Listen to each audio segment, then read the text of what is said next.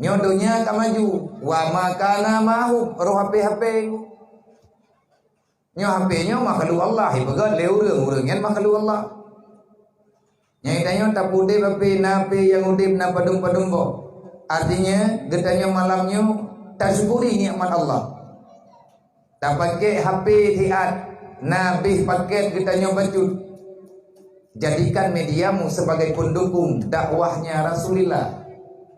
Karena legenya uronyo kata media pulumah bahpe kan ria aku.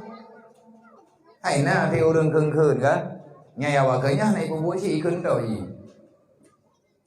Na santo na yati memblah dro ya pulumah bahpe tubuh ria tulau.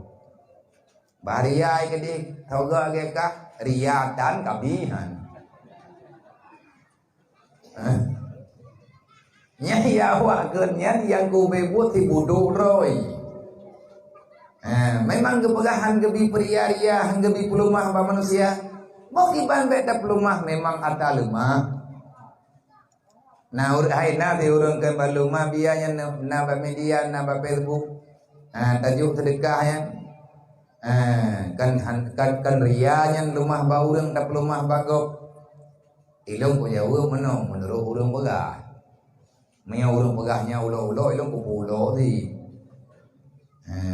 Nah katukan kupulumah bahapi pu yang kupuput pakeun ya bu takut hana gerempok tulis li malaikat. Manya ka ba ulo-ulo. Ikna buat yang hana getulis li malaikat. Po pane hana getulis di mandung getulis. Puna gejaga lumo kameng malaikat. Ti getulis katanya. Hana getulis babuku malaikat. Tinggal bak Facebook. Man Facebooknya ni videonya. Urang kiamat kah nale Facebook. Tahu pegah nale urang kiamat. Mana Facebook urang kiamat?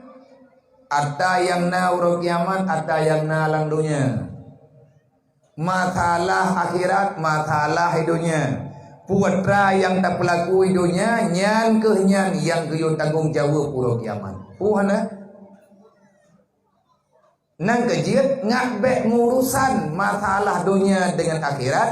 Selesaikan masalah duniamu di dunia.